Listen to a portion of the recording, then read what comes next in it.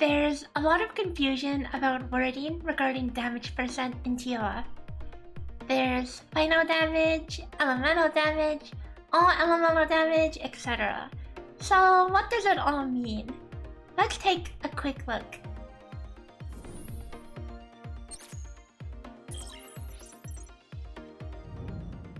For one, different sources of damage buffs, that is, traits versus advancements versus matrices, may have the same wording, but act separately.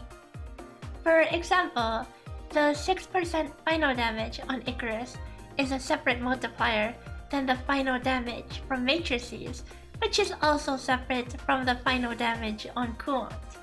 And Courant, as we know, is additive with several matrices, so yeah, feels weird. Things are getting a bit confusing. Let's step back a bit. Certain damage sources are additive with one another, and there are several damage multiplier groups in this game. Let's start out with the relics Courant and A5 Omnium Shield. Despite their different wording, these are part of the same multiplier, and thus stack additively to one another. Courant 2 also falls into this category. Most of the V1 matrix buffs also add to this category, including Shiro, Tsubasa, and Cobalt 2Ps, as well as Claudia Matrix. Some simulacra buffs are also part of this category, such as Coco A3. Let's call this the normal multiplier.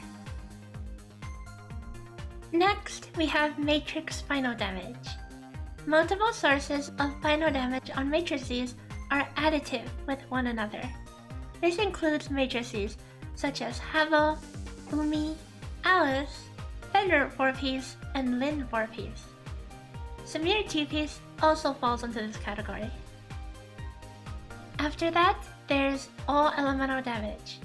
This is a separate multiplier and is found on newer matrices such as Scylla, Icarus, and Genono. As always, values within the same category are additive with one another. So, Icarus's 2 and 4-piece, for example, add up to one value. Yes, this does apply to ultra damage as well. Finally, we have specific elemental damage. Funnily enough, this is a separate multiplier from the previous. This includes matrices such as Lan, Tianlan, and Lyra. So what's the point of knowing all of this? When there are separate categories for multipliers, the best way to optimize is to, ideally, have one set from each category. Here's a quick overview for each element, and their matrix options for the various categories. Because Hobo Matrix grants final damage, it may be a stronger pickup for FTV players who do not have any other final damage matrices. For people who do, though, it's a more appealing option to pick up Scylla's Matrix, as all elemental damage is a separate modifier. There are some anomalies, such as Saki's Matrix, which applies a debuff that is counted as a separate multiplier, as well as Zero's, whose multiplier does not fall under any of these categories, and is essentially considered a true final multiplier. As always, if any changes or corrections come along, I'll be updating them in the pinned comment.